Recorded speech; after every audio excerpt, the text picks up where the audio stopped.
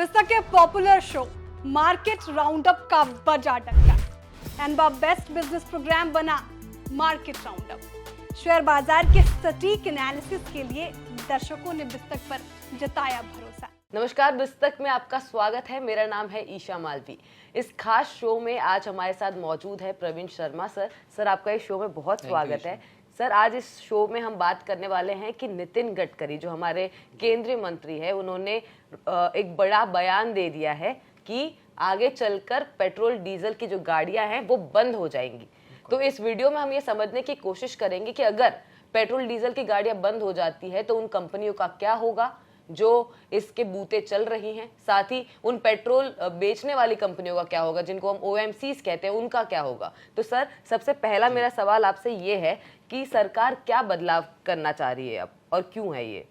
देखिए, सरकार की प्लानिंग काफ़ी टाइम से चल रही है जी। और उसमें ये है कि आप पेट्रोल डीजल का यूज़ धीरे धीरे कम करेंगे। उसमें बायोफ्यूल्स को लाने का था, एथेनॉल ब्लेंडिंग का प्रोग्राम सरकार चला रही है, इसमें 25% फ्यूल में 25% एथेनॉल की ब्लेंडिंग करनी है सरकार को। तो अब उनका बड़ा जो धीरे धीरे अब इस स्टेज पे आ गए हैं कि अब उन्होंने ये बयान दिया है कि हम पूरी तरह से पेट्रोल डीजल को बंद कर देंगे। ये सरकार का प्लान है और नितिन गडकरी ने एक इंटरव्यू में बोला है कि ये मुश्किल है लेकिन नामुमकिन नहीं है, इसको सरकार करना चाहती है। सरकार का प्लान ये भी है कि जो हाइब्रिड व्हीकल्स हैं उन पे जो GST है उसको 12% से हटा के कम करके 5% करना चाहते हैं। फाइनेंस मिनिस्ट्री में इसका प्रपोजल पेंडिंग है, वो जब हो जाएगा तो इसको सस्ता, हाइब्रिड व्हीकल को सस्ता करने का प्लान है। ये ओवरऑल गवर्नमेंट की प्लानिंग है अभी। बिल्कुल सर, आपने ये तो बता दिया कि बदलाव क्या करने वाली है सरकार, लेकिन इसके पीछे का मकसद क्या है? क्या इनके पीछे वो बड़े कारण है जिसकी वजह से सरकार इतना बड़ा फैसला लेने जा रही है? देखिए, इसके 2-3 मकसद हैं। सबसे पहला बड़ा मकसद है क्लाइमेट चेंज। 2030 को लेके जो सरकार का नेट जीरो को के जो टारगेट्स हैं वो हैं सरकार के। सरकार क्लाइमेट कंट्रोल पे ग्रीन मोबिलिटी को लाना चाहती है, जिससे कि आपके ग्रीन हाइड्रोजन है या इलेक्ट्रिक व्हीकल्स के जरिए या हाइब्रिड फ्यूल के जरिए, बायोफ्यूल के जरिए गाड़ियां चलाई जाएं। तो एक तो वो है। दूसरा सरकार का बड़ा मकसद है जो सरकार का फ्यूल का इंपोर्ट बिल है। सरकार क्रूड जो मंगाती है उस पे 16 लाख करोड़ रुपए सालाना का खर्च करती है सरकार। उस पूरे जो इंपोर्ट है पेट्रोल डीजल का, अगर आप यूज बंद हो जाएगा तो वो इंपोर्ट बिल भी आपका घट जाएगा। इस पैसे को जो खुद नितिन गडकरी कह रहे हैं कि हम जो ये 16 लाख करोड़ है इसको हम गांव देहात में लोगों की अच्छाई पे, भलाई पे, उनके लिए कल्याणकारी स्कीम्स लाने पे, किसानों के लिए उस पे खर्च करना चाहते हैं। तो ये 2-3 मोटे मोटे सरकार के ऑब्जेक्टिव्स हैं इसमें। जी, तो आपने सुना, प्रवीण सर ने बताया कि सरकार जो है ये इसके पीछे का मकसद क्या है इस इतने बड़े फैसले लेने का। तो सर, अब मैं आपसे ये जानना चाहती हूँ कि जो ये सरकार फैसला लेने जा रही है, क्या वो फीजिबल है? क्या वो ऑटो सेक्टर की उन कंपनियों के लिए फीजिबल है? क्या वो आम जनता के लिए फीजिबल है? और क्या ही वो OMCs के लिए ये जो फैसला है वो फीजिबल रहेगा? बिल्कुल। सबसे पहले देखिए, एक आंकड़ा समझ लीजिए, देश में अभी पेट्रोल डीजल की 36 करोड़ गाड़ियां हैं। बड़ा आंकड़ा है, एक चीज। दूसरी चीज ये है कि इससे रिलेटेड 3 स्टेक होल्डर हैं। इस जो सरकार जो फैसला लेना चाह रही है उसमें 3 स्टेक होल्डर हैं बड़े बड़े। पहला है आपका OMCs मतलब ऑयल मार्केटिंग कंपनियां, जिसमें HPCL, BPCL, IOCL और ये सरकारी कंपनियां हो गई। प्राइवेट सेक्टर की रिलायंस हो गई और 1-2 जो कंपनियां होंगी जो ऑयल रिफाइन करती हैं, तेल की बिक्री करती हैं। ये एक स्टेक होल्डर। दूसरा स्टेक होल्डर हो गया इसमें ऑटो कंपनियां, कार कंपनियां, मारुति हो गई या 2 व्हीलर की कंपनियां हो गई, वो हो गई। और तीसरा स्टेक होल्डर है इसमें आम आदमी जो कस्टमर है। तो इन तीनों पे इसका क्या असर पड़ेगा वो हम अभी डिस्कस करेंगे आपके साथ। बिल्कुल। तो सर, सबसे पहले हम ऑयल मार्केटिंग कंपनियों की बात कर लेते हैं। उनका क्या होगा? जैसे आपने बताया कि IOCL है, BPCL है, तो उनका आगे क्या होगा? उनका फ्यूचर क्या है? अगर पेट्रोल डीजल की गाड़ियां बंद हो जाती है तो उनके लिए कितना बड़ा खतरा साबित हो जाएगा ये? अब देखिए, ऑयल मार्केटिंग कंपनियों की बात करें, हम केवल सरकारी ऑयल मार्केटिंग कंपनियों की बात कर रहे हैं। इनका जो अभी फिस्कल ईयर खत्म हुआ है 2023-24, उसके जो पिछले 9 महीने थे दिसंबर तक के, वहां उनका profit, net combined net profit 69,000 crore रुपए था। तो आपके 3 महीने का नेट प्रॉफिट ही इन कंपनियों का लगभग 70,000 करोड़ रुपए है। ऐसे में बड़ा सवाल इस बात का है कि क्या इन कंपनियों के लिए सरकार ने कोई प्लान तैयार किया है? क्या इन कंपनियों के पास खुद का कोई प्लान है कि जब आप पेट्रोल डीजल की सेल बंद कर देंगे तो जो देश भर में हजारों petrol pump fuel refilling station हैं उनका क्या होगा? एक उसमें बात यह है कि वहां पे चार्जिंग स्टेशन लग सकते हैं, लेकिन क्या चार्जिंग स्टेशन इनके जो 70,000 करोड़ या 72,000 करोड़ के 9 महीने के प्रॉफिट हैं या 1 साल का लाख करोड़ रुपए के ऊपर, क्या वो उसको मैच कर पाएगा? जो डीलर हैं उनका क्या होगा? तो ये एक बड़ा सवाल इन पेट्रोल जो कंपनियां जो बेच रही हैं, रिलायंस का की अगर हम बात कर लें, रिलायंस प्राइवेट सेक्टर की कंपनी है, रिफाइन करती है, जामनगर में सबसे बड़ी रिफाइनरी है, उसका एक क्वार्टर का प्रॉफिट 18-19 हज़ार करोड़ रुपए होता है। अब उसमें एक बात यह है कि रिलायंस का रिटेल भी बिजनेस भी है और जियो का भी बिजनेस है, लेकिन सबसे बड़ा पोर्शन उनको इस कारोबार से आता है। तो क्या ये कंपनियां एक्सपोर्ट करेंगी?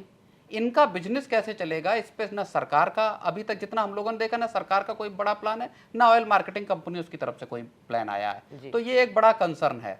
जी, तो सर ने अभी सर हमारी ये बात तो हो गई कि ओएमसीज का क्या होगा।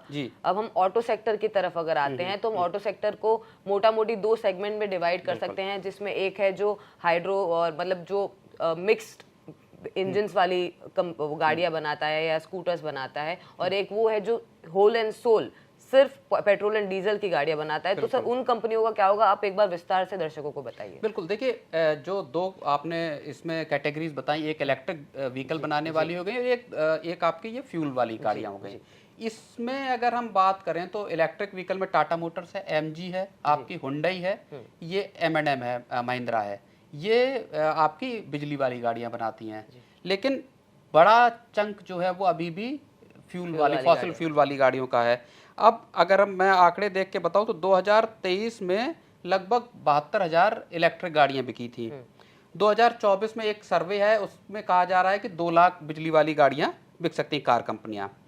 तो इन कंपनियों का पे अगर असर की बात करेंगे तो जितना मतलब जैसे टाटा मोटर्स है, ये इनको इस सेगमेंट में फायदा होगा जहां उनका बिजली वाला ईवी वाला जो बिजनेस है उसमें।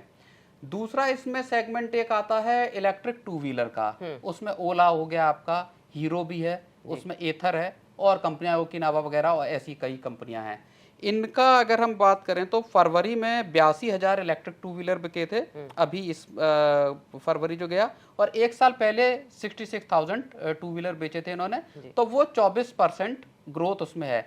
इनको फायदा तगड़ा हो सकता है क्योंकि जैसे आप फ्यूल से शिफ्ट होंगे इलेक्ट्रिक पे, तो इलेक्ट्रिक 2 व्हीलर और इलेक्ट्रिक 4 व्हीलर जो बनाने वाली कंपनियां हैं उनको फायदा होगा। अगर आंकड़ा बताएं बिजली वाली गाड़ियों का, तो इसमें जो 2023-24 है उसमें 41.5 लाख इलेक्ट्रिक 4 व्हीलर बिके थे। इसमें 1 लाख बिजली वाली कारें थी और 92,000 हाइब्रिड कारें हैं, मतलब जो फ्लेक्स फ्यूल वाली कारें हैं। तो ये इनका पूरा आंकड़ा था। अब इनके इश्यू क्या है कि इनको पूरे प्लांट चेंज करने पड़ सकते हैं। जो कंपनियां जैसे मारुति है, मारुति लंबे समय तक स्टैग्नेंट रही इस चीज को लेके कि नहीं, हम बिजली वाली गाड़ियों पे, उन्होंने कहा कि हमने प्रयोग भी किया था, उसमें हमें वायबिलिटी नहीं मिली इसमें बिजली वाली गाड़ियों में। तो अब जो वो चेंज नहीं करना चाह रहे, मारुति क्या करेगी? हाइब्रिड जो उसकी गाड़ियां आ रही हैं, क्या उनकी सेल्स उतनी जाएगी? ये इन कंपनियों के लिए समस्या। प्लस क्या है कि जब आप बिजली वाली पूरी कैपेसिटी क्रिएट करोगे तो उसमें असेंबली लाइंस आपको बड़ा केपेक्स लगाना है, इनका खर्चा काफी हो सकता है। तो एक इनके लिए ये मुश्किल वाली चीज है। बिल्कुल सर, हमने ओएमसीज की बात कर ली, हमने ऑटो सेक्टर की कंपनियों के बारे में बात कर ली। अब सबसे बड़ा जो यहाँ पे स्टेक होल्डर जो आप कह रहे हो वो है जनता, आम आदमी, जो जिनके पास असल में ये गाड़ियां हैं, और अगर सरकार ये बड़ा फैसला लेती है तो उन पर कैसा असर दिखेगा?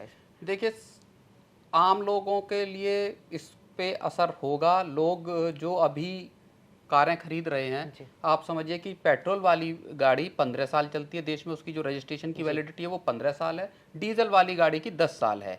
अब जो नया कोई शख्स, मान लीजिए मैं आज गाड़ी खरीदता हूँ, पेट्रोल वाली गाड़ी खरीदी मैंने, 15 साल की उसकी वैलिडिटी मिली मुझे। 15 साल में सरकार की जो पॉलिसीज हैं, जिस तेजी से सरकार काम कर रही, उसमें आपकी गाड़ी अगले 4-5-6 साल में क्या सिनेरियो चेंज होगा वो कहा नहीं जा सकता। हो सकता है आपको मिड वे में जाके लगे कि अब मुझे ये गाड़ी हटानी है या बेचनी है, क्या उसकी कीमत मिलेगी आपको गाड़ी की, क्योंकि सरकार पेट्रोल डीजल बंद करने की पूरे कगार पे, हो सकता है अगले 5-6 साल में कर दें, क्योंकि उनका कहना है कि हम जल्द से जल्द ये करना चाह रहे हैं।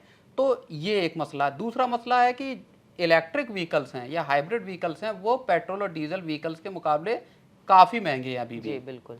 8-9 लाख से पहली मतलब इलेक्ट्रिक व्हीकल शुरू होता हाँ है। जी। तो लोगों के पास क्या इतना पैसा है कि वो गाड़ियां ले पाएं इलेक्ट्रिक वाली?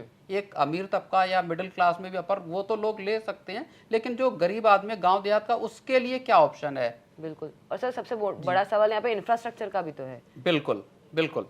इंफ्रास्ट्रक्चर भी मेरे को लगता है कि जैसे पेट्रोल डीजल और अभी जैसे फ्यूल स्टेशन हम लोगों ने हर तबके तक पहुंच चुका है, हर क्षेत्र तक पहुंच चुका है, लेकिन मुझे लगता है कि जब तक इलेक्ट्रिक व्हीकल के स्टेशंस लगेंगे, बिल्कुल चार्जिंग स्टेशंस, तब तक तो मुझे लगता है कि बहुत देरी हो जाएगी। बिल्कुल। चार्जिंग स्टेशन का जो इंफ्रा है वो अभी आपको ज्यादातर हाईवेज पे नहीं मिलता। जी आप बिल्कुल। जाइए।